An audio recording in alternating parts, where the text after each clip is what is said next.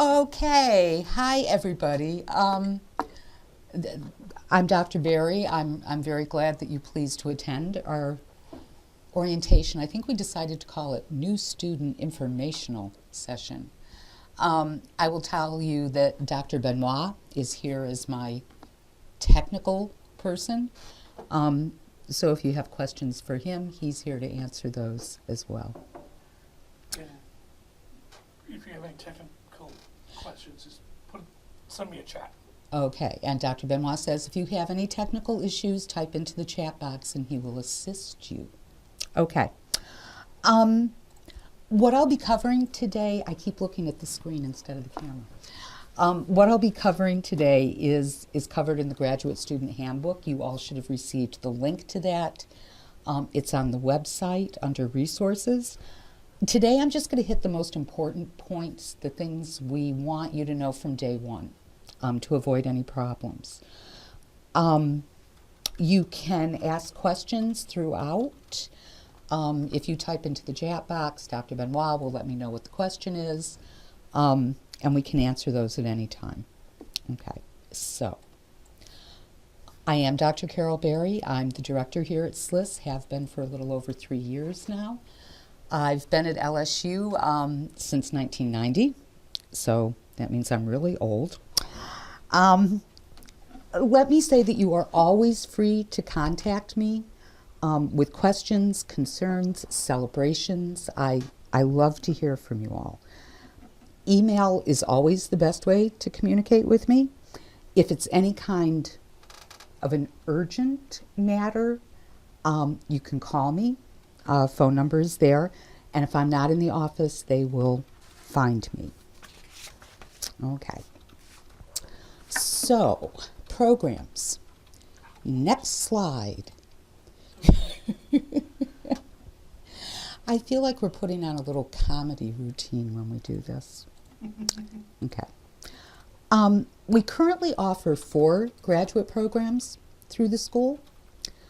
The Master in Library and Information Science, and if you have questions or concerns about that program, I'm the contact person. Excuse me. We're all going through this. The MLIS is a 36-hour graduate degree program. We've been continuously accredited by ALA since 1931, and it's the only accredited LIS degree in Louisiana. The handbook lists 8 specialization areas like academic libraries, adult services and public libraries, archival studies, cultural heritage. You are not required to complete a specialization. There's suggested courses for areas of interest that you might have, okay? They are not listed on transcripts or degrees because they're not required. They really are there for guidance to students who are interested in particular areas. We have a graduate certificate in archival studies. Yay! Dr. Benoit is the person to contact if you are interested in that certificate. And let me say that you can, and now I'm going to double check with him, you can do both the MLIS and a certificate. Yes, you can. Yes, you actually can. Do, the MLIS and any of the 3 certificates. Yes, any of the 3 certificates and the MLIS. If that's something that you're interested in, you should contact probably the person in charge of the certificate to make sure that we get that all right. What am I waiting for? I was going to try to... Sorry. Let's all go to the lobby. I don't know Another what thing he's to doing. keep in mind is that the certificate programs here at LSU are considered degree programs. Mm-hmm. So you do not just get a cheesy printed out, laser printed certificate at the end. You actually do wind up with a diploma. So if you do the MLIS degree and a certificate in, let's say, school librarianship, you will come out with 2 degrees, 2 diplomas. Okay, so, Okay. We also have a graduate certificate in records and information management. Dr. Jin is the person to contact for that. And the graduate certificate in school librarianship, Dr. Stauffer is in charge of that. This really is for certified teachers, certified by the state of Louisiana, who also want to receive certification as school librarians in the state. Okay, so that's what we do. Communicating with SLIS. All right. Contact information for all faculty and staff is available on the website. I need to talk about the two most important people in the school. Ms. Nicole Rosas, my administrative assistant, she's the person that you contact about things like graduate assistant positions, scholarships, travel grants. She's the money person in the school. Miss Melissa Turnage deals with the academic side. And I'm willing to bet that many of you have already had contact with Melissa just as part of the admissions process. But if you have questions about admissions, financial aid, fee bills, reinstatement, graduation, anything having to do with classes, Melissa is your best first contact for those questions. But we're all here for you. Do not hesitate to contact any of us at any time. SLIS communicating with you. Okay. All email that we send to students is sent to your LSU email address, and I am going to stress this over and over and over again. Any communication that we send out to you about classes, deadlines that are approaching, the paperwork to complete for graduation, and so on, the only email address that we use, the only email address we may use for official university business is the LSU email address. If you miss an important deadline or announcement because you're not checking your LSU email, that's going to become an issue, okay? So you either need to check that email like every day or forward it to another account that you do check every day. Okay. Okay, Dr. Benoit is holding a finger up. Why? Spam folder. Check your spam Oh, folder. check your spam folder, because of course anything coming from us might be spam or junk or clutter, so that's also a good idea. The other way that we communicate with you is the SLIS list, the SLIS listserv. You do not have to do anything to join this list. At the beginning of every semester, we make sure that every current student is on the listserv. So obviously, this is how we send out information, not just to individual students, but something everyone needs to hear about. So just when you see email and it's coming from the SLIS listserv, that's an email that you really want to look at before you trash it. I'm sorry, I'm going to keep doing this. Okay. Admission status. Dr. Benoit? Sorry, I'm doing a technical thing. Okay. When you received notification from the graduate school that you had been admitted, that notification included your admission status, and I just want to make sure everyone is clear on this.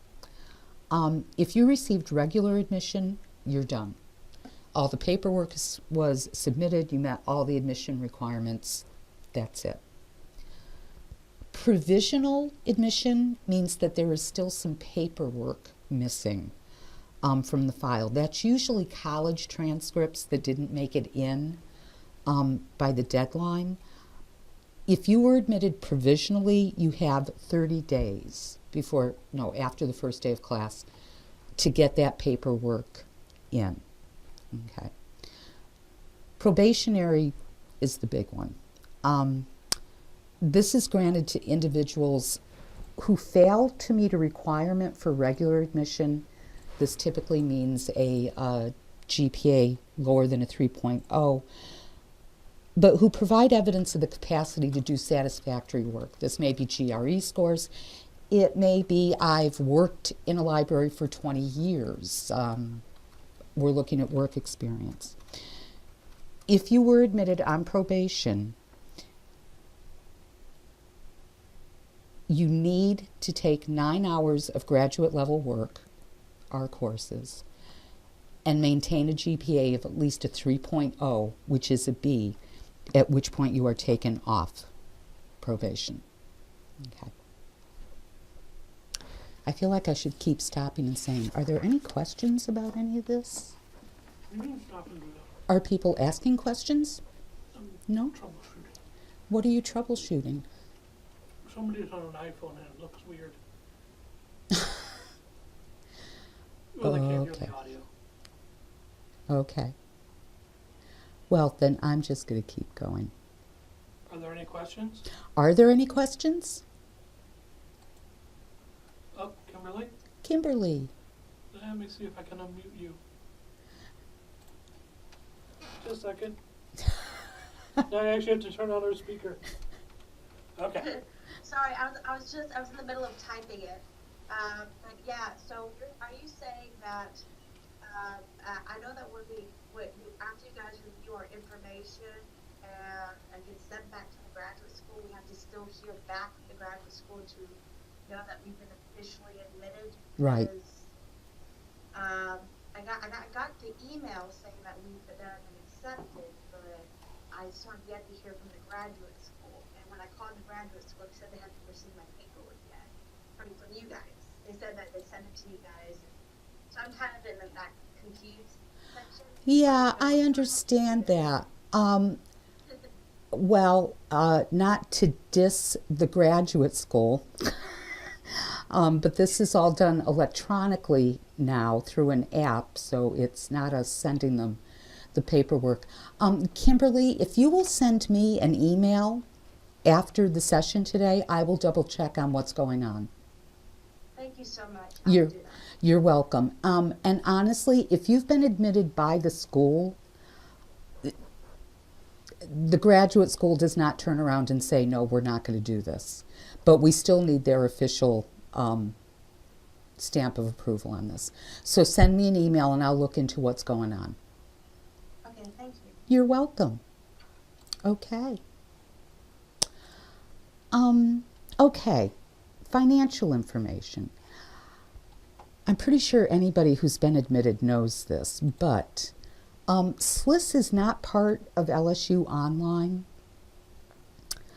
All of our classes are delivered as 100% asynchronous classes. There's no class time. You don't have to come to campus for anything. And we've been offering courses in this format for over a decade. In fact, we were the first unit on campus to give students the option of an entirely online degree. LSU Online, which has been in existence for about 5 years, is its own unit on campus. They have their own structure, including courses are taught in 7-week modules rather than full semesters. And if you're in an LSU Online program, you can't take courses from units that aren't in. It's just a very restrictive environment, and basically we chose to say we are going to go ahead and keep offering online education the same way that we have been for over a decade. But that means that tuition, fees, schedules for SLIS, for the MLIS, for the certificates, you don't find any of those under the LSU Online information on the LSU website. It's under the graduate school. The university literally says that we are a traditional on-campus program that happens to deliver all of our courses online. Okay, so just do not ever look at LSU Online anything in terms of money or scheduling for our programs. The Academic Common Market There's an arrangement by which students in 14 southern states can pay in-state tuition for out-of-state programs. There are 4 southern states, although one of them I don't think of as a southern state, that do not have MLIS programs. Those are Arkansas, Delaware, Virginia, and West Virginia. So students in those 4 states can complete the degree here at LSU, paying in-state fees. Okay. Now, let me make it clear, this is only for the MLIS. Certificates are not part of the Academic Common Market program. On the other hand, if you're doing the MLIS and a certificate kind of simultaneously, you can get in-state tuition for the courses counting toward the MLIS. Again, if that's something you're interested in, get in touch with me or the person in charge of the certificate. The handbook, on page 4 of the handbook, there's information about fee payments, deadlines, and so on. It's your responsibility to be aware of deadlines and pay fees by those deadlines.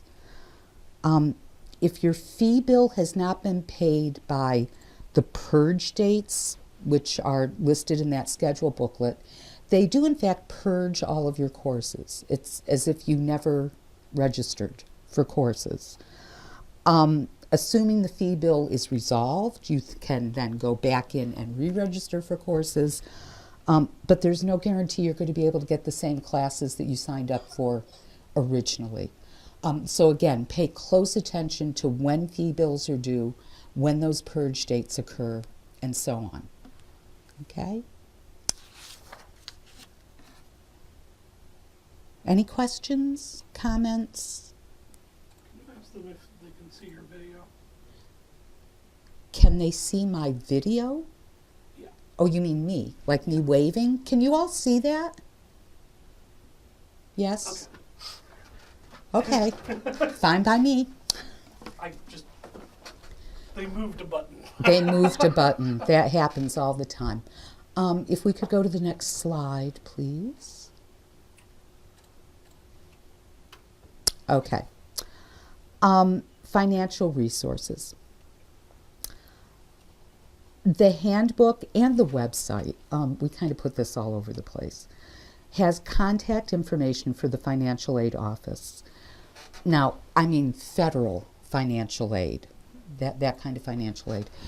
If you have questions or problems with that, you really need to contact the financial aid office. We are simply not equipped to answer questions about federal or private financial aid resources. Okay. But we do have SLIS scholarships. The scholarships are offered every fall. We do this once a year. The website has general information about the scholarships. Late each summer, we add information about the actual amounts that will be awarded that fall.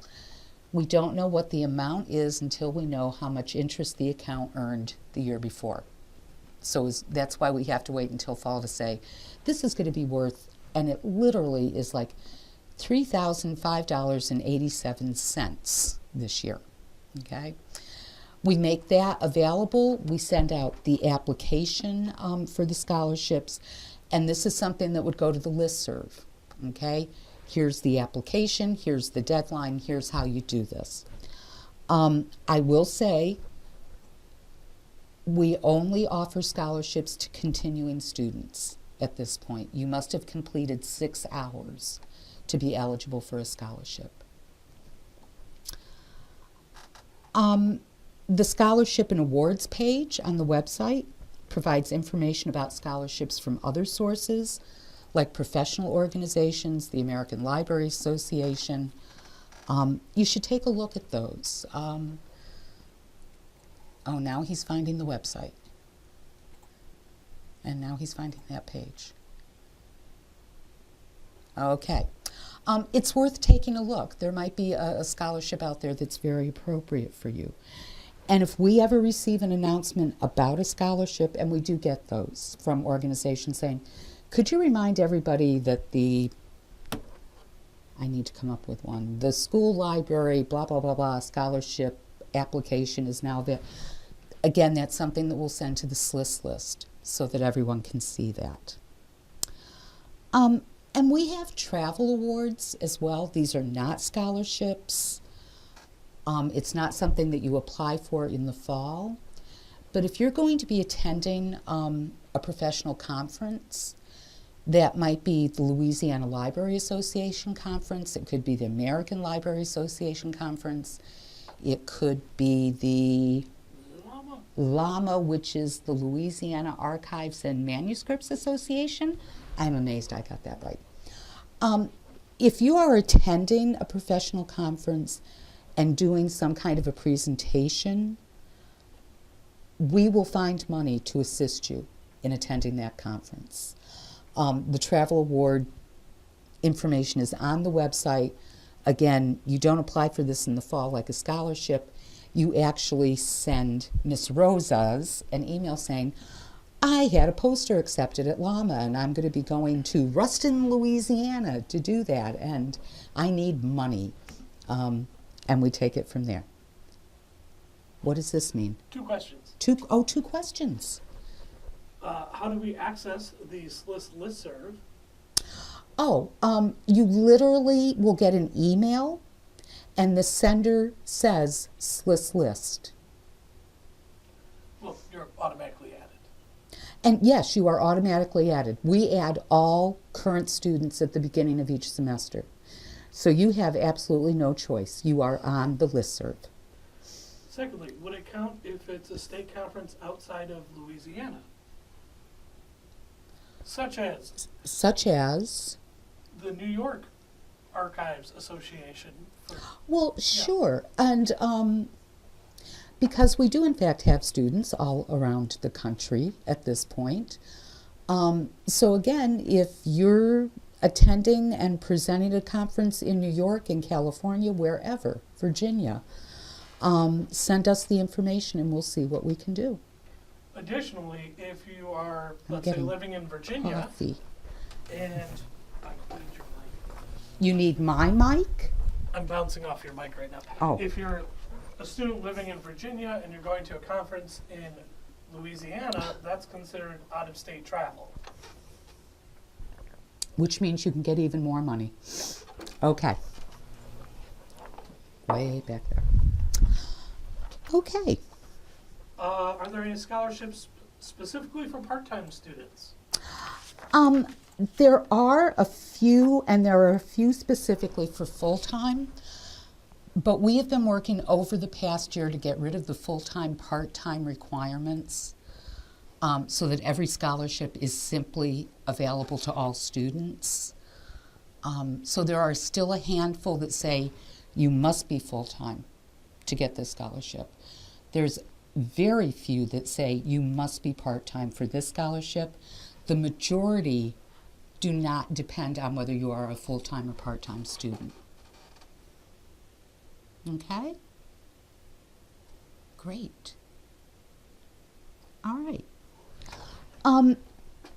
Having mentioned the Louisiana Library Association, let me mention that the annual conference will be in Baton Rouge this coming March. So it would be lovely if we see a lot of students there. Give me a chance to meet some of you. We always have a table in the exhibit hall. We have giveaways. And we will send information out to the listserv about the conference, how to register, and so on. Okay. Finally, under financial resources, we do have 3 to 4 graduate assistants a year. To be a graduate assistant, you must be within driving distance of LSU. Part of it does involve being on campus and able to work 20 hours a week, fall, spring, and summer. In return, all tuition is paid, and there is an annual stipend that is a little over $14,000 now. Whenever we have a position open for a GA, I send that out to the listserv and say, if anybody is interested, here's what you need to send me, and I'll let you know my decision. Okay. We also send announcements of graduate positions that are available at the State Library of Louisiana, the LSU libraries, other organizations. Whenever we get an announcement about a GA position, we send that to the listserv. And as graduate students, you should be getting the graduate school what's it called? The graduate school. Oh, it's a weekly announcement. It's a weekly announcements. They list graduate assistant positions on campus. So if that's something that you're interested in, you should be taking a look when that pops up in your mailbox. Okay. All right. I'm just pretending I have any control over this situation at this point. All right. Faculty advisor. Is that where we are? Yeah. It is. Okay. All right. If you have been admitted to the program, you should have received an email telling you this person has been assigned as your faculty advisor. You should also have received an email from that person saying, "Hi, I'm your advisor. Welcome to the program." Advisors are assigned based on what you submitted with your application. Here's the specialization area I think I'm interested in. Here's my career goals, my interest. If you don't know who your advisor is, somehow missed that email, contact Ms. Turnage. She knows who everybody's advisor is. This is something you want to know because I strongly, strongly, strongly urge that you meet with your advisor at least once a semester. Email, telephone, Skype, face-to-face, whatever works for you. Because we know things that you don't, is really what it comes down to. Selecting the best courses for your career goals and your interest. And we know when courses are on the schedule, and are better able to say, this semester I think you want to go ahead and do this because we're going to be offering this next semester, and you want to leave a slot open for that. We provide assistance with internships and directed independent studies, which I'll be talking about. You really need to be taking advantage of this. You only have to navigate this process once to get through the program. We navigate it all the time. So again, take advantage of that. Now, it may turn out that we didn't make a very good choice about the best advisor for you. Or it may be that your interests change once you're in the program, or you just have a better connection with someone else on the faculty. If you want to change advisors for whatever reason, and we don't ask the reason, you can do that at any time. Just ask the person you want as your advisor, would it be okay with you if I switched to you?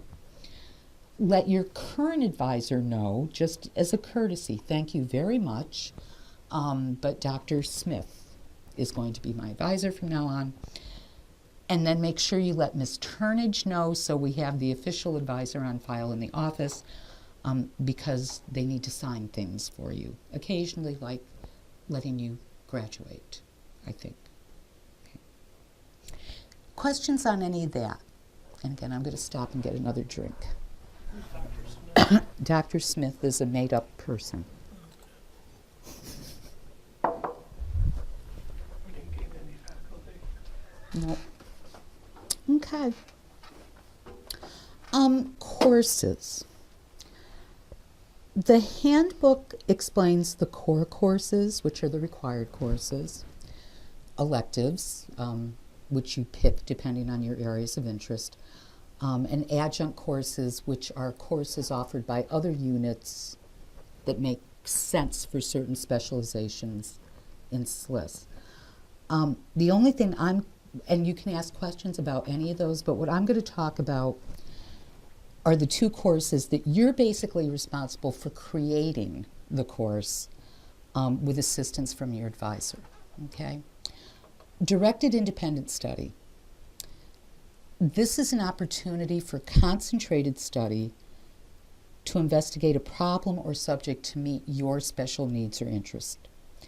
It's an opportunity to delve into an area that isn't addressed in depth in any of our courses.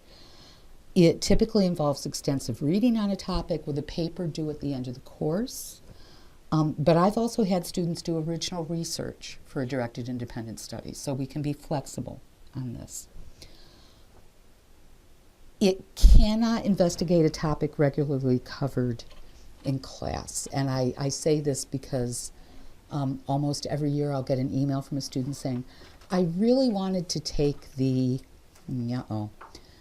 make up a course. I really wanted to take this elective, but it wasn't offered when I could do it. Could I do it like as a directed independent study? And the answer is no, because we cover that topic in a course. And just because you weren't able to take the course, we can't do it as a directed independent study.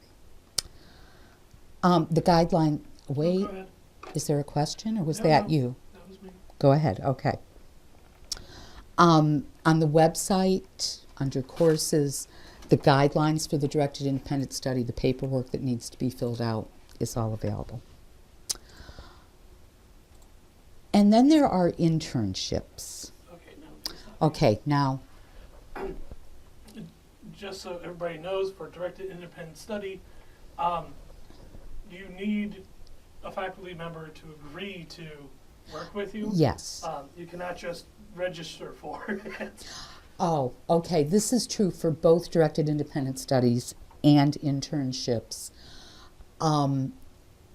Yes, you have to have a member of the faculty who has agreed to be the person to work with you. If you attempt to register for a directed independent study or internship and you have not already received permission from a faculty member, you'll be dropped from the course, okay? I think this is just common sense. If you're setting up, next semester I'm going to do this, then you have to have in place, and here's the faculty member who's going to advise me and supervise me on this, okay? Internships. An internship is 120 hours of work under the guidance of a recognized information professional. Every internship is a combination of learning the functions of a certain environment and doing a special project for the organization hosting the internship. We are very adamant that internships need to be beneficial to both the student and the organization. They don't get file clerks. They get meaningful assistance, and students get meaningful experiences. Depending on what the student and the organization is trying to accomplish, it might be an internship is 50% the functions of the environment and a 50% special project. Or it might be 70% learning the environment, 30% special project. We can vary those. So, who should do an internship? We do not require internships for the MLIS. Okay. But we highly recommend internships for students who do not have any previous work experience in an information environment or library. If your goal is to be an academic librarian and you have no experience to list on your resume at the end of the program, being able to say, but I had 120 hours of hands-on experience in this academic library, and let me show you the special project that I completed for them, that goes a long way. Okay. So again, and I guess I need to, a lot of our students are working in libraries right now or in other information organizations. So they can say, I have worked for years doing this. Again, and they're more than welcome to do internships, anyone is.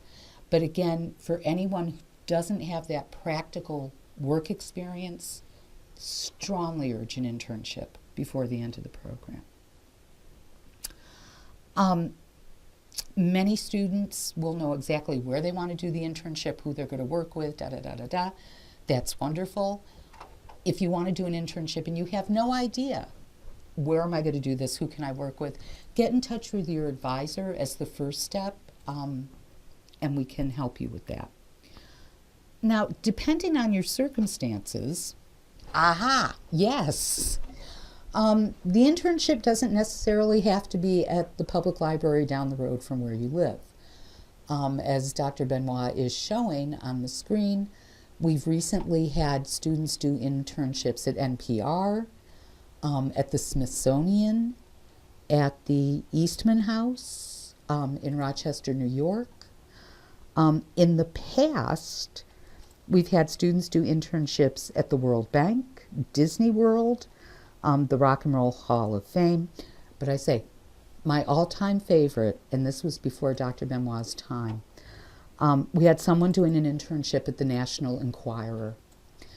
And she was sending us questions like, so how do you catalog two-headed alien baby? Where does that fit? Okay. Planning an internship, okay. Is the directed independent study course required? Excuse me. No, it is not. Neither the directed independent study nor the internship is required. What? Except for... for the MLIS. If you're in a certificate program, there are different requirements. You need to be sure that if you're in a certificate program, chances are very high the person in charge of that certificate is going to be your advisor, right? So, always checking in with your advisor about a program of study. And we can just answer that. If you're in RIM, a directed independent study is a internship thing, Yeah. and it is required. And school librarianship, you have to. Requires an internship. But see, and this is why. Can they hear when you're talking? Yeah, You can, okay. I talk loud enough to be picked up on a mic. See, and you and I say the school librarianship certificate requires an internship, but there are loopholes. Yeah. So Talk to again, Dr. you Shaw. talk to the person in charge of the certificate. Okay, again, planning for an internship begins the semester before you're going to do it. So if you're doing an internship in the spring, all the paperwork needs to be done in the fall. There are actual contracts that have to be signed to do internships. Which can be found on the website at Internships. Okay. Can you be paid for an internship? It depends.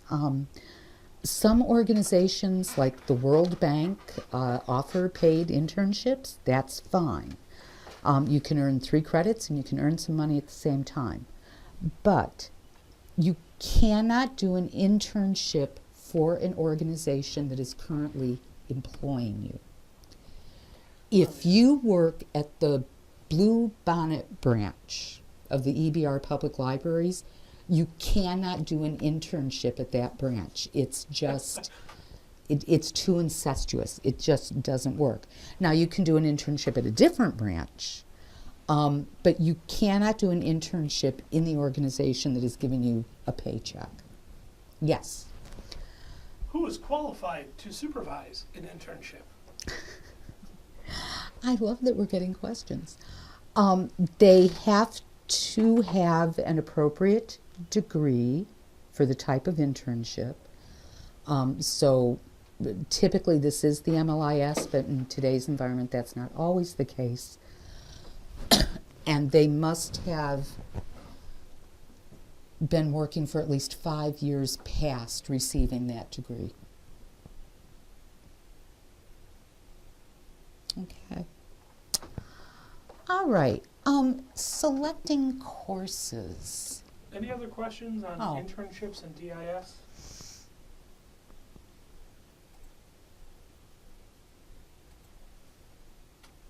Okay. All right. Excuse me.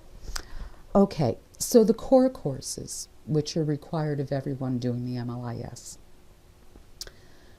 Core courses offered every fall, every spring, and most, but not all, are offered in the summer. Okay. We recommend that you complete 7,000 Information Society in your first semester because it really is kind of the foundational cornerstone. Now again, that's not a requirement. We're not going to say you can't register for anything else until you do 7,000, but we highly recommend that you do 7,000 in your first semester. We also recommend that you make sure you have the entire core completed before your last semester. We run into situations where a student is planning on graduating and all of the core courses are full and they still need 2 of them. And we have to start fiddling around with, can we increase the caps, can we or, well, I haven't gotten to this yet, but you have to get a grade of B or higher in a core course. And I'll talk about that in a little bit. But we have had a situation at least once where a student took a core course last semester, thought they were going to graduate, did not get a B, and then could not graduate that semester.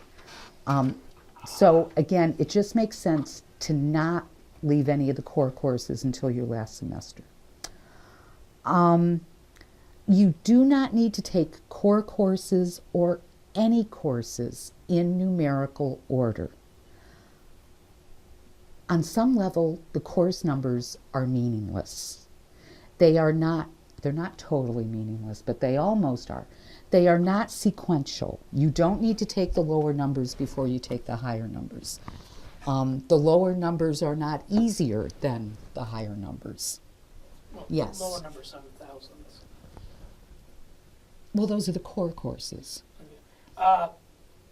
7,000 is currently full for spring, and a wait list is present. Mm-hmm. Will the student cap be expanded or just take it in summer? Uh-huh. Okay. Okay, first of all, let me say, this is why we do not require that you do it in your first semester, because we run into this. Who's teaching it this semester? Oh, this semester? Is Suzanne? Fall and spring is Dr. Soffer, Okay. because she does it on overloaded spring. Okay. And I'm teaching it currently in summer. Okay. That might change. Okay. So now let me explain that, why I asked that. The way that we increase caps in courses is we try to ensure that all faculty are teaching roughly an equal number of students in a semester. So that depends on how many students are in the faculty members' elective courses. Dr. Stauffer's electives fill up really, really quickly. Pretty sure they're full. Pretty sure they're full, which is all a long way of saying we're probably not going to expand the cap on 7,000 because that would be increasing the number of her students way above the number of students anybody else is teaching. Come take it with me. So come take it with Dr. Benoit in the summer is what he's saying. Or wait till fall. Or wait till fall. And again, this is why we don't require that you do it the first semester. Okay. Yes, Dr. Benoit. Also, keep your eyes on, there is some fluctuation in when courses are full and when they'll open up. based on purge dates? Yeah. Okay. So, So this is the flip side of purge dates. All of a sudden there are openings in classes because students didn't pay their fee bill. Now, if you are on a wait list for a course, you go in as soon as there are spots open. You don't have to do anything else. But hypothetically, like immediately following a purge, everybody in the wait list could get on into the class and there's still a couple of spots open or the people that were waitlisted now drop because they were purged. Yeah. Okay. So again, all we're saying is it makes sense to keep checking whether there are spots available in courses. And then cue the Benny Hill music. Cue the what music? Benny Hill. Benny Hill. Oh.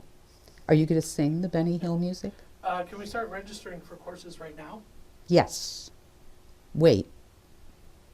For spring. If you are fully accepted. If you're fully accepted. Yes. Okay. You have to wait for the golden ticket. You have to wait for the golden ticket. Okay. How? How register for classes? Yep. I'm getting there. You are anticipating. That's good. Nope. Okay. So as I said, core courses are offered fall, spring, most but not all in the summer. Electives tend to be offered every other year, so they don't come along as often. The exception are electives that are part of the certificate programs, which tend to be offered every year. So this is going to bring me back to, how do you know which electives make sense? Should I take the elective this semester, or is it going to come around again next year?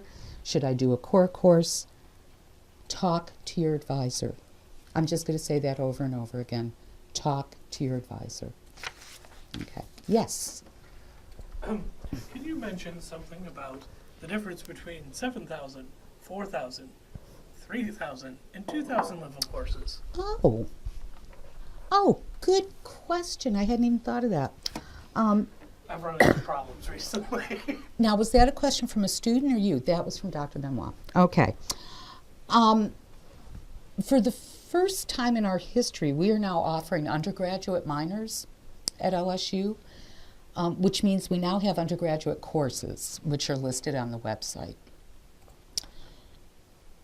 So, clarification. A course that is 2,000 or 3,000 is undergrad only. You should not be taking 2,000 or 3,000 level courses. They will not count toward the degree because they are undergraduate courses. But we do have a number of 4,000 level courses.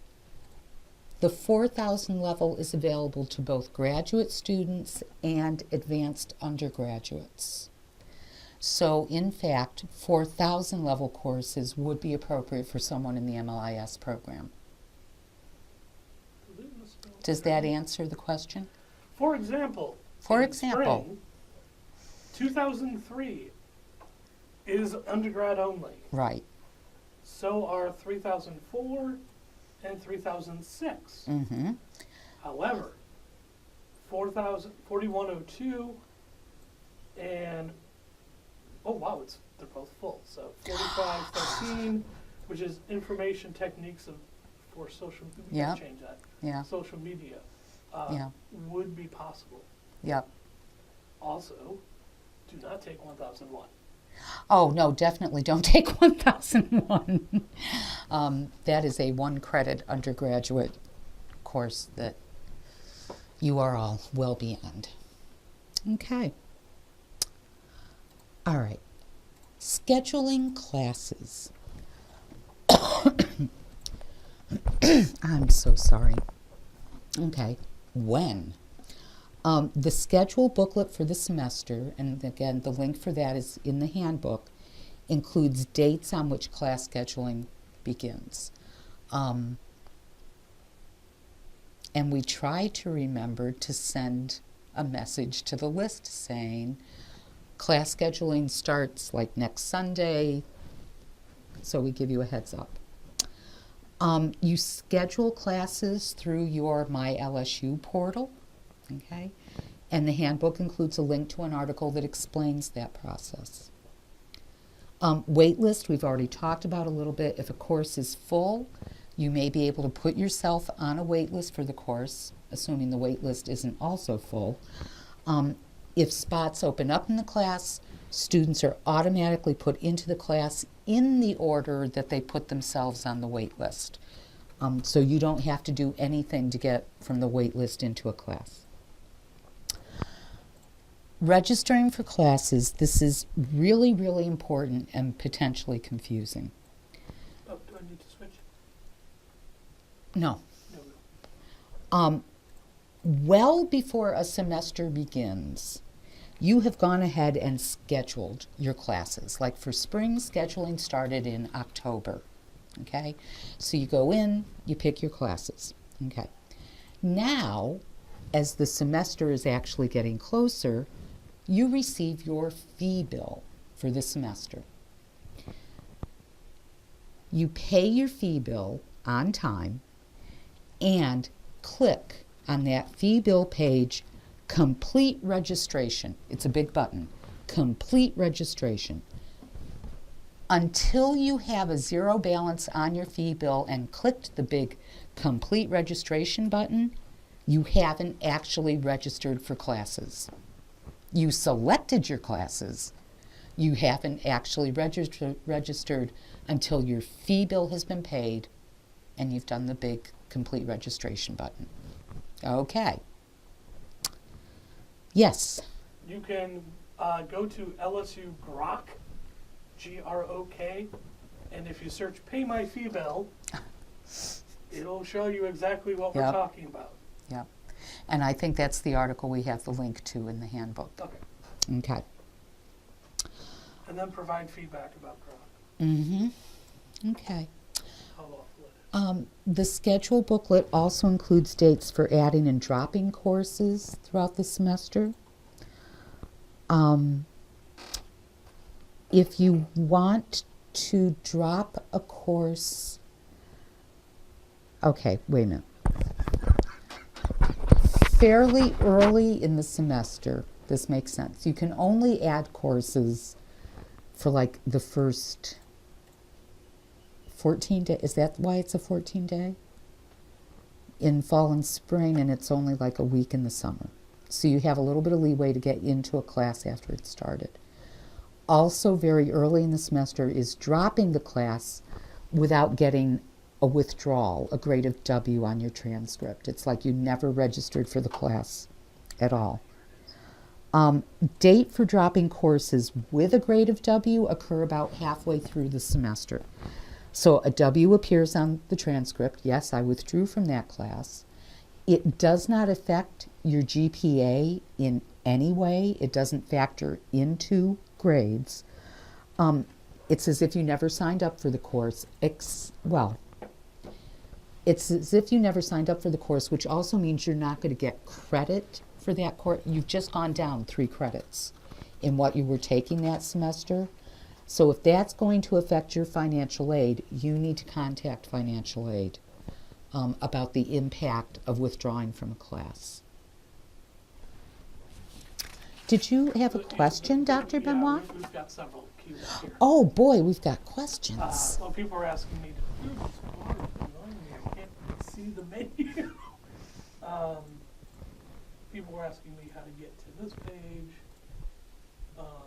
And I'll be honest, I Googled LSU schedule booklet. Mm-hmm. Because if you go to course offerings and click schedule booklet, you get a dead link. Oh, jeez. LSU. So our fees must be paid first in order to register. Okay, now again, I want to make clear the difference between scheduling classes and registering for classes. Again, for spring, you can go in October,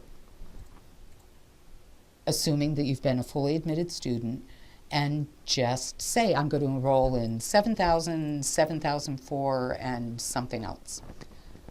So you're one of those people showing up now, and the schedule booklet is somebody has added themselves into this class. Okay. So I was using spring as an example, right? So now as it gets much closer to the spring semester starting, the university is going to send out fee bills saying, if you want to go to school here in the spring, you owe us money. If you do not pay the fee bill on time, you're purged from those classes. That's one. Until you pay the fee bill in full and click that complete registration, I know this sounds ridiculous, but you're not. If you do not pay the fee bill and click that registration button, you're going to be purged from your classes. It's that. Did that clarify this at all? It's kind of like, think of it this way. You first scheduled, it's holding your place. Yes. It's like you signed up for a cruise, and then they're going to send you a bill. But if you don't pay the bill on time, suddenly your spot's given up. Yeah. But now, if they do deferred payments, do they only need to pay for the part that's due in order to be considered registered? That is a financial aid question. Yeah, I'm pretty sure it's yes. But I'm pretty sure it's yes too, but again, we are not trained or don't wanna educated. misspeak about financial Yeah. aid. Yeah. Okay. If you have any questions about registering, who should they talk to? If Like it the process. if it is the mechanics of registering, Miss Turnage is the best person. If it is a question of what should I be registering for, it's your advisor. Okay.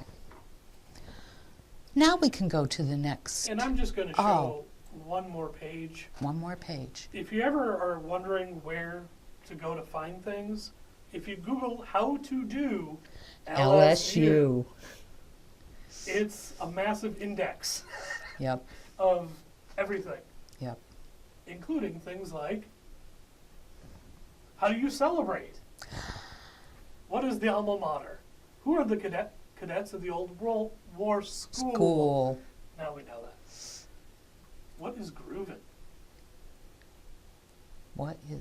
Oh, Okay. that's the free concert. Okay. Yeah, I think we're getting a little off. Yeah. Off topic. Okay. Okay. All right. Full-time and part-time status. Full-time is 9 hours in the fall. That's three credit courses, 9 hours in the spring, 6 hours in the summer. Part-time is simply less than 9 hours in the fall and spring and less than 6 in the summer. So 6 credits in the fall is part-time, 3 credits in the fall is part-time, 3 credits in the summer is part-time. Do you have to pick and say, I am going to be a full-time student all the time or a part-time student all the time? Not for SLIS. And I say not for SLIS because it's coming back to financial aid again. Based on your financial aid, you may be required to be a full-time student. But again, as far as we're concerned, you can change from full-time to part-time status depending on your schedule. We have students who are working in schools that tend to do part-time in the fall and spring, and then they do full-time in the summer because school is out. We have had many students become mothers while they were in the program who have changed their status. And you're not even required to register for classes every semester. You are never required to take courses in the summer. It's not considered to be part of the regular semester schedule at LSU. You can decide to not take classes for a full year if your situation warrants that. Now, if you do not then enroll in the semester that would be past the 1 year mark, you have to go through the entire admissions process again. But I just want you to be aware that this can be incredibly flexible depending on your life circumstances. But you still have your clock. But you still have your clock which I'm also going to get to. Transfer credit.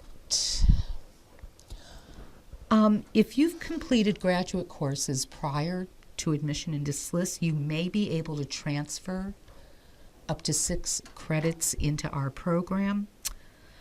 The requirements are that the course was taken for graduate credit. We can't accept undergraduate courses. The credit has to have been earned within 5 years of the date that your degree or certificate will be awarded. You must have earned at least a B in the course. And you cannot replace a core course. We won't transfer in a course in information organization because that's one of our core. And you have to take our core with us. Wahaha. If you think that you have graduate courses that might transfer in, I'm probably the best first contact for that.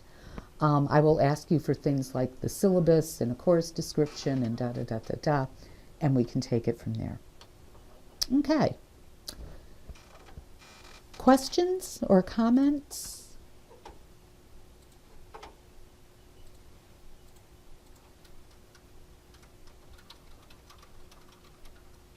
Are you asking a question? I'm responding.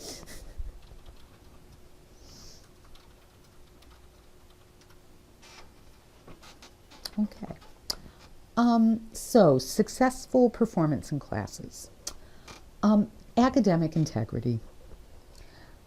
The link to the LSU Code of Student Conduct is provided in the handbook. You should read and understand this document. Any violation of the code will be referred to the Office of Student Advocacy and Accountability. And for graduate students, suspension is the appropriate outcome for a first offense. Okay. What I have written here is the most common violations, and I'm thinking I don't even like that wording because thank goodness we don't see this very often. But submitting another student's work as your own would be a violation. Working with other students to complete an assignment or an exam, unless the instructor had specifically said students will work together on this project. You're not supposed to work together. It's a violation of the code to do so. The violation that I think occurs most often is what would be considered instances of plagiarism. Presenting another author's work as your own. And I think quite often this occurs through a lack of understanding about how to properly cite and attribute sources. So one of the sources included toward the end of the handbook is information about Miss Andrea Hebert. She is our liaison librarian here at LSU. She's also a graduate of our program. And she is an excellent resource if you have questions about how to cite sources and not fall into unintended consequences. There's Andrea. Yay. You're so good at this. She's award-winning. She is award-winning. Okay, workload expectations. Okay. In the fall and the spring, which are 15-week semesters, you should expect to spend 9 hours weekly on a 3-credit course. Okay? So if you say, I'm going to be a full-time student, I'm going to do 3 courses in the spring, we are expecting you to have 27 hours a week to spend in completing the course readings, doing the discussions, doing the assignments, and so on. And if you're doing 2 courses, we're assuming you have 18 hours to deal with this, and so on. Now, in the summer, we're dealing with an 8-week schedule, which means everything is compressed, In the summer, you should expect to spend 18 hours a week on a single 3-credit course. You need to be realistic about the amount of time that you have to devote to coursework and schedule accordingly. I understand the desire to get through a program quickly and move on, but if grades suffer because you just don't have enough time in your schedule to do everything that needs to be done, it may actually take longer to get through the program, or worst case scenario, to be dropped from the program because of poor grades. This is graduate school. The expectations are higher at this point. Okay. Grading scale and expectations. LSU employs a plus-minus grading system. Yay. To earn a grade in the A range, A minus, A plus, student work must significantly exceed the expectations and requirements of the class. Okay. Student work that meets expectations and requirements will earn a grade of B, or I should have included B plus there as well, would be in the satisfactory range. Student work that does not meet expectations and requirements will typically earn a B minus or a grade in the C range, although honestly you can still get D's and F's in graduate school as well. All right, so first of all, I think this can be a hard concept for many people coming into the program who got all A's in high school and all A's as an undergraduate, and all of a sudden we're saying, you got a B, that's really good. You did what we asked you to do. But that is the reality. A B is you did exactly what we asked you to do. A grades are the exception, not the rule. Right. Student responsibility to understand requirements and adhere to deadlines. On the first day of classes, the Moodle site for the course will be made available to you and should provide all information about the course requirements, the expectations, deadlines for coursework, how things are going to be evaluated, how grades are going to be assigned. You should read through all of that the first day and contact the instructor if you don't understand something. I suppose the other thing I would say is if that Moodle site is not there the first day of classes, you contact me immediately because it's supposed to be. So say that you look at that schedule on the first day of class and you see that there's a deadline that is problematic for you. That's the week that you've already scheduled to have surgery. Okay. Yes. Surgery, not I wanted to go to Chicago. No, going on vacation is never a very good excuse for us, okay? But you look at the schedule and you see, oh, there's an exam the week that I had already scheduled this. You contact the instructor that first day of class, and I guarantee you we will come up with a plan that will accommodate your situation. Oh, look, I've actually written this down. I'll warn you that we are not always sympathetic to, it will be hard for me to have this in on time because I planned a 2-week vacation in the middle of the semester. You really don't want, don't ever say that to us. What's a vacation? What's a vacation? We'll talk about that. I strongly suggest, if you have a calendar that you keep, a to-do list, a whatever, that you've noted all of the deadlines that are coming up. Now, each of the Moodle sites actually has a little calendar and it will highlight dates that things are due. But again, I guess what I'd say is it's graduate school. We are not going to send out reminders saying, hey, remember there's an assignment due next week. It really is your responsibility to keep track of things.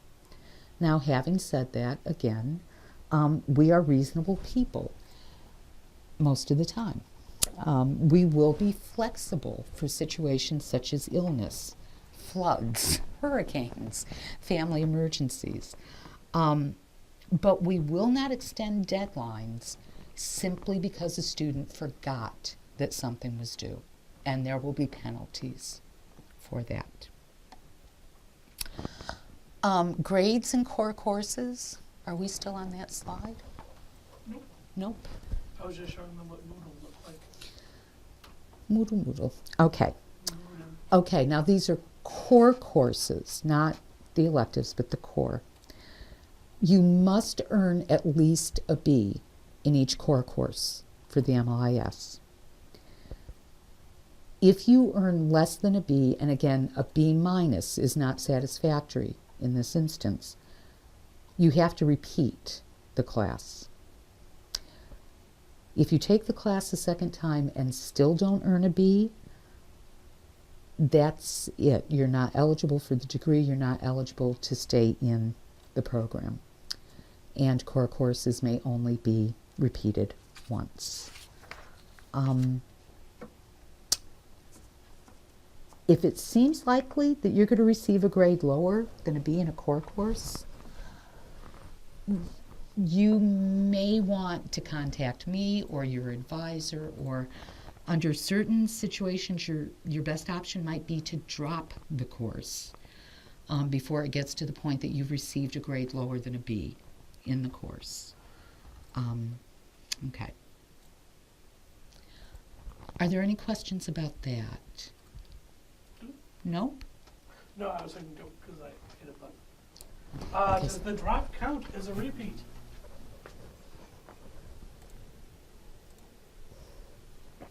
I don't know what that question means. Do you mean if you drop the course and take a W and retake it, does that count as a repeat? Is that what you're asking?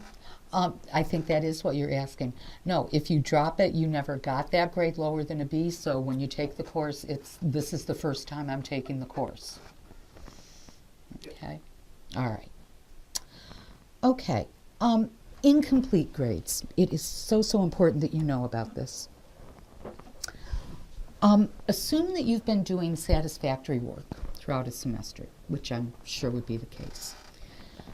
And then during the last half of the semester, something unexpected happens. It's illness, it's a family emergency, an unexpected work responsibility. A flood of Baton Rouge. A flood in Baton Rouge, whatever. Your best option may be to request an incomplete grade for the courses for that semester. Or a single course. Or a single course, yeah, whatever. For us to consider an incomplete, first of all, the student has to have had little or no control over the circumstances. It can't be, it turns out 3 courses was too many and I just don't have enough time to do the third one. There has to be something that was truly beyond the student's control. The classwork submitted to date has to be satisfactory. If you're already getting like a C in a course and say I want an incomplete, we're going to have to say we can't do that. The work that you've been submitting is not satisfactory. And the remaining work constitutes no more than 50% of the work for the class. Okay, so at least 50% of what needed to be done for the class is done. And then you have until the following semester to complete that work that needs to be done. Okay. If you ever find yourself in a situation of unexpected circumstances, something came up that has thrown me, I think I'm going to have problems down the road with completing things, let us know as soon as possible. And again, I feel like I can't say this too often. The situation that I hate the most is a student whose GPA has dropped to the point that the graduate school has dropped the student and they're out of the program. And then I get the email from the student saying, my mother was ill, or I had emergency surgery, or whatever that unexpected, but I thought I could make it through, because at that point they've been dropped by the graduate school, and we can try to petition the graduate school and say there really was a reason for this, we just didn't know what was happening. But there's no guarantee that the graduate school will agree with our petition. Just talk to us. When life interferes, truly, just talk to us and get some advice about the best path forward. We want to be your advocate. We want to be your advocate. Grade appeals. If you feel that you have received an unfair or questionable final grade in a course, you have the right for your complaint to be heard in a fair and unbiased manner. The link to the process to appeal a final grade can be found in the handbook. Only final grades can be appealed using that whole process. If what you want to appeal is just, I think that the grade I got on this assignment is not fair and wasn't done, then you simply talk to the instructor first. If that does not lead to satisfaction, you talk to me next. But that very formal grade appeal process that goes through levels of the university is appealing a final grade in the course. But again, always welcome to talk to me if you think something has gone awry in a course. Yes, Dr. Benoit. Speaking of going awry, what if it's not a grade appeal, but there's something going on in class? Who should students reach out to first, second, third? What is the hierarchy of grievances or complaining? Do you know the answer to this question? I know what I tell my Yeah, students. okay. And you're Because I say, try to talk to the instructor first, advisor second. then the director, and if I can't deal with it, Then we it move goes up up to to the the college college. level. Yeah, but that is the hierarchy. Okay. Okay. Moodle is the software platform used to provide course content and allow instructor. Now, faculty are not required to have Moodle sites available to students until the first day of class for a semester. Some faculty who are incredibly organized actually manage to get the Moodle sites up earlier than that. You'll get an email from a faculty member saying, I know class doesn't start until next week, but I've put it up. You all have a chance to look at it, da-da-da-da-da.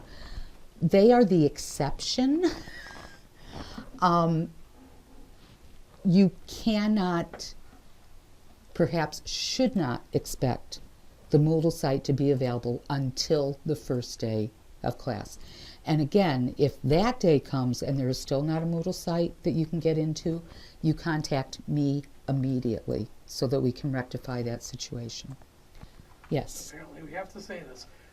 If you Google Moodle LSU, Yeah. we're not LSU Online. If you Google Moodle LSU, we are not LSU Online. We are never LSU Online. Are we taping this? Yep, Uh-oh. I can edit out. Okay. Oh, so cute. Okay, successful performance in the program. Was that next slide? That's the next slide. He's looking at pictures of Mike the Tiger instead of paying attention. Yeah, So cute. so cute. Okay. Okay. You must maintain a semester GPA and an overall GPA of at least 3.0 at all times. And again, a 3.0 is a B. A B minus is less than a 3.0. So if you take a single course in a semester and get a B minus, your semester GPA just dropped below a 3.0. Okay. You'll need a B plus. You'll need a B plus to offset it. Okay. So I want to make this absolutely clear. If your overall GPA, I've taken 9 courses and my GPA is literally, my GPA is a 2.97, the graduate school will place you on probation because that is below a 3.0. More Interestingly, if your overall GPA is above a 3.0, I've aced all my classes, my overall GPA is like almost a 4.0. But this semester, something happened, I really screwed up, and my semester grades are below a 3.0. My overall GPA is still above a 3.0, but this semester went below. The graduate school will place you on probation. Okay. If that happens, you have a semester to bring the GPA back up to a 3.0. All right. If a GPA semester or overall drops as low as a 2.75, you may be immediately dropped from the graduate school without a probationary period. Which is, well, 3B minuses 3B minuses. in a given semester, 2B minuses, Yeah. or 1B minus, and no other courses. Right. Or a C plus. Okay, now stop. It does get confusing. Okay. Time limits for completion. Oh, did we? I'm sorry. Didn't know I we- just go over all of that? I think I did. I just didn't. Okay. notice that. For the MLIS, you have 5 years to complete the program. So from the day that you started taking classes, you have to graduate within 5 years of that date. The certificates vary. You need to contact now, none of them is going to be longer than 5 years. But they're, what, 2 to 3? They're 2 to 3. It depends on how many hours are in the certificate. Now, revalidation of courses, this is not something that should happen very often, but if you're a semester past the 5-year limit, we might be able to go back and revalidate the courses you did in that first semester. That typically means we ask you to take an exam to prove that you remember what you learned in that course in the first semester. I don't make up these rules, I just follow them. Okay. Yes, Dr. Benoit. Because the MLIS and the certificate time limits are different, this means if you are planning on going as a full part-time, that's bad. As a part-time student, your entire time here at SLIS, and you're doing both the MLIS and a certificate, talk to your advisor, because you might not want to declare the certificate until later in your program, so that you don't time out on the certificate. Okay. So I think we're doing kind of a hierarchy here. If you are planning on doing Talk both, to your advisor. if you are planning on doing both the MLIS and a certificate, and you are not talking to your advisor on a regular basis, I almost guarantee something is going to go wrong. Even if you are just doing the MLIS or a certificate, there's still a pretty good chance that things would go more smoothly if you Or would communicate with your If you're advisor. doing the MLIS and another master's program. Yes. Okay. All right. Are there questions on any of that? We're almost done here. We're on slide 24 of 26. We are.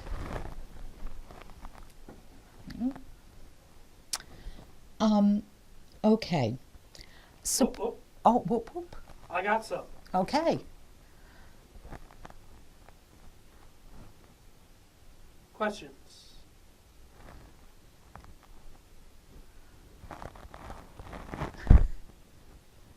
What is the first day of the courses? Well, that'll depend on semester to semester. Right. I mean, well, and it's not always a Monday. Spring, it's a Wednesday. Because of Martin Luther King Day? Is that it? Well, I did- I can tell you real quick what spring will be. Continue on, I'll come back. I'll put it in. Okay, he'll come back. The last 3 pages of the handbook, and again, this is also on the website, Provide contact information for various support services. I think that most are self-explanatory, but I want to comment on two of these. Oh, I'm going to show how to find this. Oh, okay. He's going to show how to find So if you go to the this. schedule booklet, you can find the academic calendar. And we are currently in 1819. And it will show that January 9th, the Wednesday, classes begin. Yeah.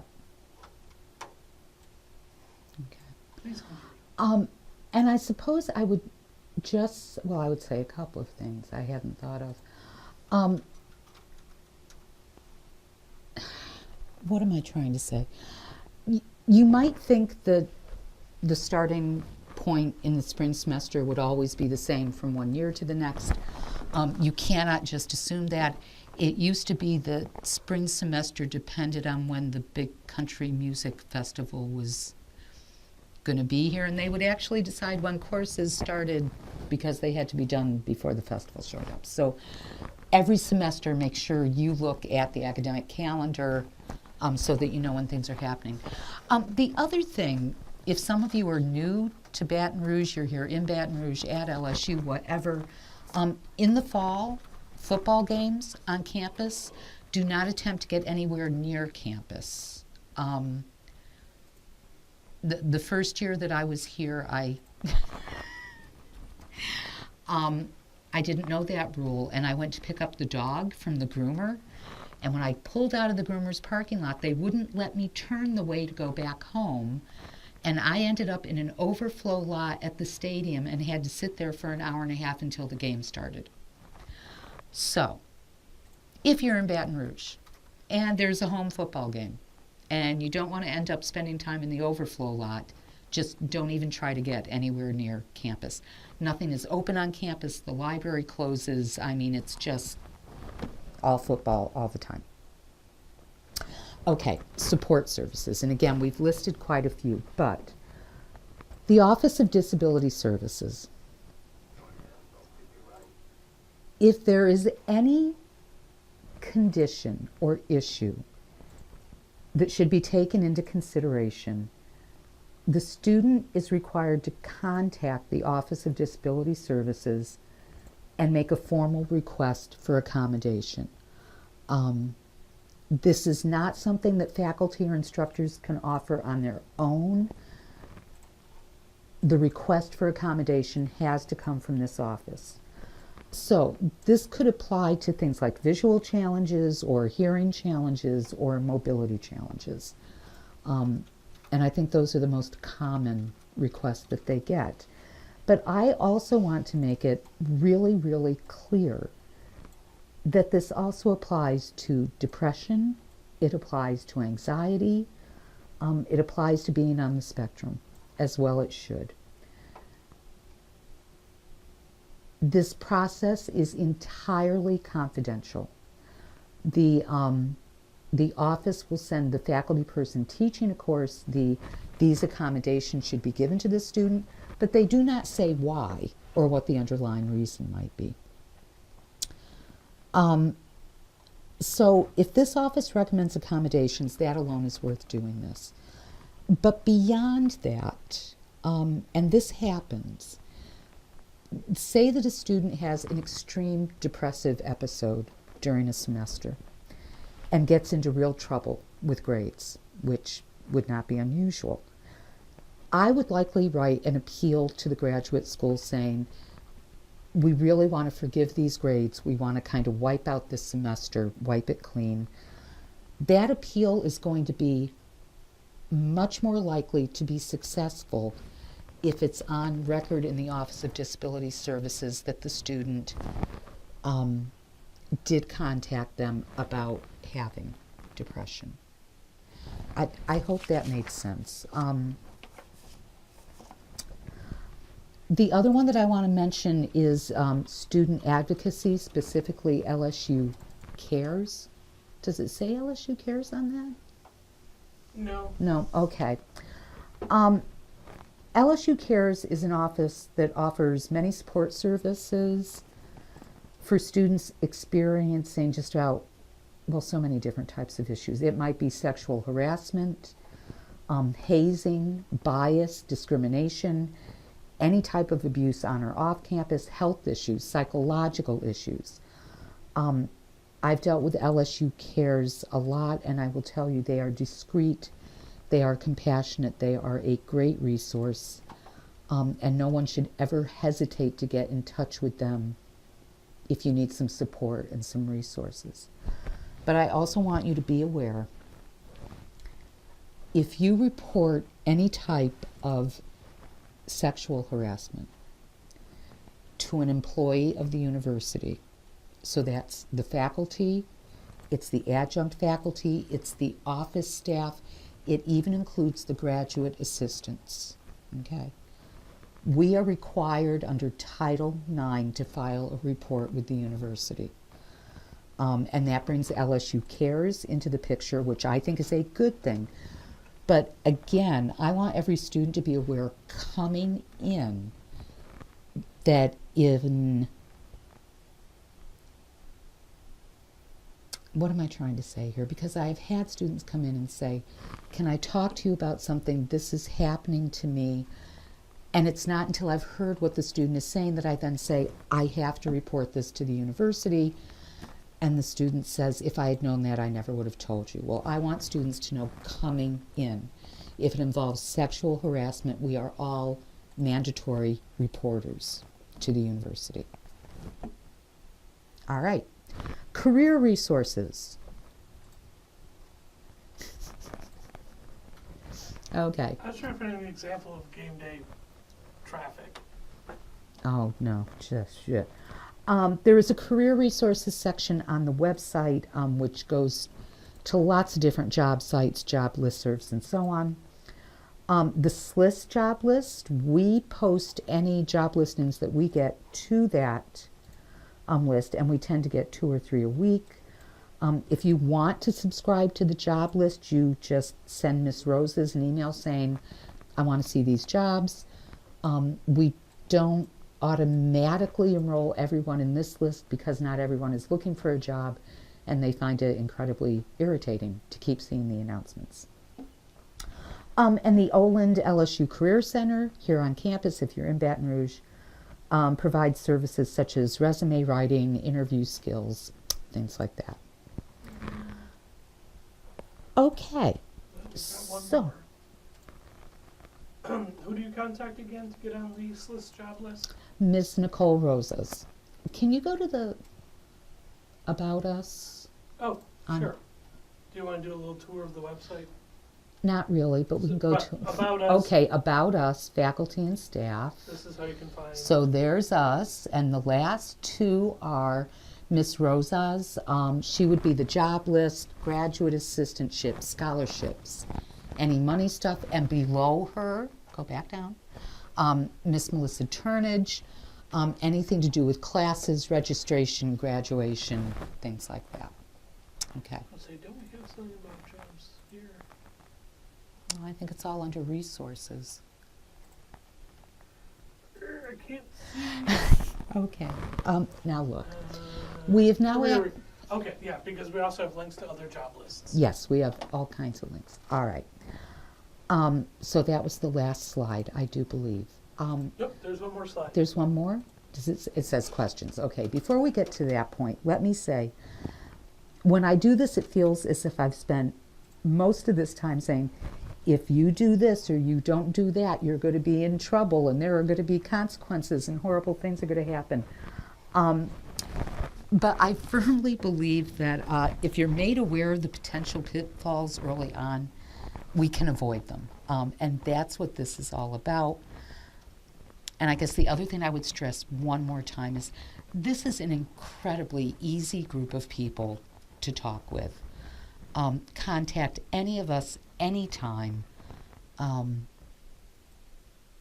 And we will be your advocate. We will be your resource. We will help in any way we can. So, Carol, this is how you feel? Who is that the soup Nazi? No, it's Babuba. Babuba. I knew it was Seinfeld. I should get points for that. Very bad man. Very bad Very man. bad. Okay. It's a student's first time doing online school. Please explain no class times. What about test times? Do I have to arrange a full-time work schedule to take tests online? No. No. If No you, proctoring. No. there's no proctoring, there's no. In fact, I will tell you, exams in this program are the exception rather than the rule. We tend to depend much more on student projects, final papers, and things like that. Or even if you have an exam, a lot of times it'll be like a case study. Mm-hmm. It's an open book. It's not a, you have to be connected for this hour and take the exam. Now, that can happen occasionally, but the way that we set that up is, I am making this up obviously, but say it was my class and I said, you have to take the exam sometime on Friday. You pick the hour. Once you open it, you have an hour and that's it. But I don't say you have to do it from 2 to 3. But again, that is the exception rather than the rule. So most of the courses are they're set up in blocks, which tend to be a week. And for each week you will see, okay, this week you need to do these readings. Here's a little video you need to watch. We're going to do a discussion with other students. Here's how you're going to do this. And there's an assignment due on Friday. Which means you're supposed to meet all of those deadlines, do that reading, do the discussion, do the assignment. But if the best time for you is 2 o'clock in the morning to get that done, that's when you get it done. There are no, you have to be connected Monday from 1 to 3 for this class. Did that answer the question?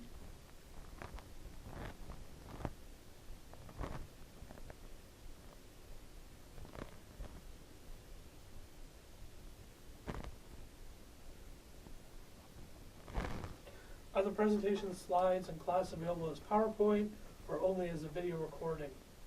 Both. Are class slides available in Moodle?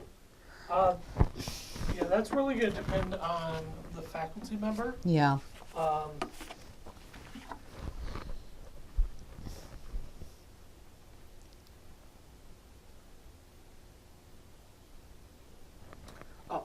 This is a personal one. I'm going to reply to it Oh, okay. off screen. Other questions? And you can ask over audio if you wish. That's fine too. Because we like that we're not talking to ourselves. Although we do such a good job of just, again, it's like the Dean and Jerry show here. I don't even want to think about which is which.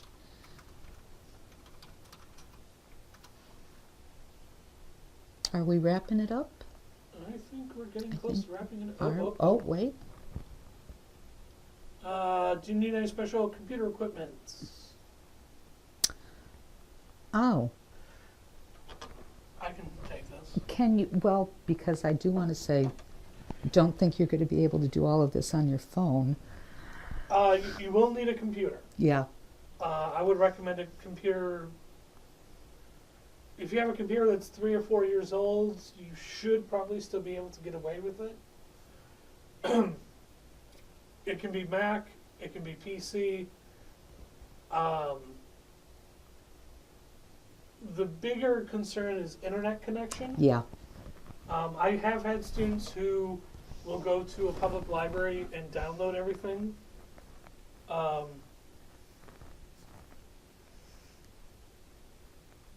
Once a week, Yeah. particularly students who are in a rural area. Right. That is not ideal, but it has been done. A webcam, it's not, I don't think it's not really required, Mm-mm. but it's probably going to be helpful if you need to chat with your instructors. As far as audio, headphones. Yeah. I mean, just a normal setup with like a laptop you can get for $300, $200, $300 Yeah. is fine. Yeah. I wouldn't use a Chromebook because some things can't work on that, but any PC or Mac would Yeah. work. So working 8 to 5, Monday through Friday, is still doable as a student. Yeah, we have students doing it. Yep. And again, if you can, we have students working full-time who literally do one course a semester. It will take them 3 to 4 years to get through, but they are only saying, I can do 9 hours a week on top of the job, and that's what I'm doing. And if they're working full-time in the summer, will say, I am not taking a course in the summer because I know I do not have 18 hours to devote to that course. But the majority of our students at this point work full-time. So it's very doable. I would say that the biggest thing is to still treat it like you are going somewhere to school. What do I mean by that? I mean, you need to schedule class time so that you're not distracted by Yeah. anything else, and make sure that it's part of your schedule. Yeah. I have a friend and colleague who, when she was going through her MLIS, she's the mother of 6. She locked herself in a closet Oh, jeez. for an hour every day, and her kids knew that was class time. It was a big closet. It was a walk-in. I hope so. But So you've not heard the story about the woman who would kiss the kids goodbye, go out the front door, drive around the block, come in the back door, and they never knew she was in the office in the back of the house? oh, that's just hilarious. Yeah. Yeah. And then she'd come home again. You do what you have to do. But no, I think that this is a program that works very well for working students. But I agree with Dr. Benoit. It means being very self-motivated, self-aware, and using your time and your scheduling wisely. And I can't stress enough, if you were running into troubles, contact your instructor, contact Talk to us. your advisor. We are happy to. I mean, now honestly, after watching the two of us goof off for an hour, could anyone hesitate to pick up the phone and say, I need to talk to these people about something? Well, Really. we're very scary, We are. We're scary people. especially if we don't have a Plus, coffee. plus, we just like hearing from you all. And I really mean that. It doesn't have to wait until there's a problem or something. Send me an email saying, I just finished my first semester and I am so glad I did this and thank you so much. And I would love to hear the good stuff as well as the problematic stuff. Or send me an email and tell me that the Milwaukee Brewers are the worst baseball team in the Major League Baseball, and we can have an argument. Okay, I think we need to wrap it up now Yeah, because I'm getting punchy. this is getting beyond silly. I thank you all for doing this on a Saturday morning. I hope it was helpful. If you think of anything that you wish you had asked and hadn't thought of, send me an email. And again, welcome to the program. Okay, have a good weekend. Okay, we're gonna sign out. Do I stop sharing? Disconnect. Stop my video. Stop recording.